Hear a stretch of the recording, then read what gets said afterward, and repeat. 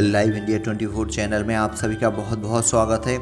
आइए सुनते हैं इंस्पिरेशनल स्टोरी खुद की पहचान।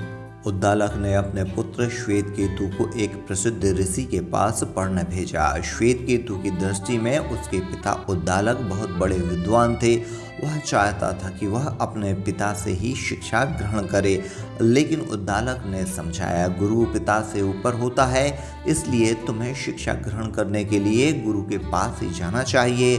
श्वेतकेतु गुरु के पास गया। वहाँ 12 वर्ष पढ़ने के बाद वह जब अपने घर आया तो उसे लगा कि वह अपने पिता उद्दालक से भी अधिक ज्ञानी हो गया है। उसके व्यवहार में अहम अधिक और नम्रता कम थी। विद्वान उद्दालक श्वेतकेतु की मनोवृत्ति भांप गए।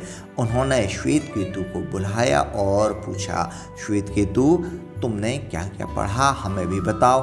श्वेतकेतु बोला, मैंने व्याकरण पढ़ा, शास्त्र पढ़ा, उपनिषदों को पढ़ा। इस प्रकार उसने एक एक कर बड़ी सूची प्रस्तुत कर दी। सूची पूरी होने के बाद उद्दालक ने पूछा, श्वेतकेतु, क्या तुमने वह पढ़ा जिसको पढ़ने के बाद और कुछ पढ़ने के लिए शेष नहीं रहता? क्या तुमने वह देखा जिसको देखने के बाद और कुछ देखने के लिए ही नहीं रहता?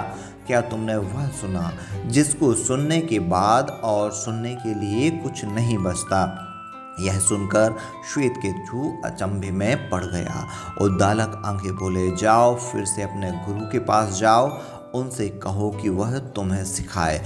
श्वेतकेतु गुरु के पास गया। गुरुजी बोले, वह तुम्हारे पिताजी के पास ही है, उनसे ही लो। श्वेतकेतु घर लौट आया।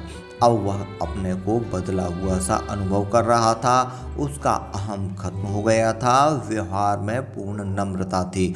वह शांत था। एक दिन उद्दालक ने उसे बुलाया और कहा, श्वेतकेतु, वह तुम हो। श्वेतकेतु जीवन का अभिप्राय समझ गया था। वह जान गया था कि अपने आप को जानने के बाद कुछ जानना शेष नहीं रह जाता।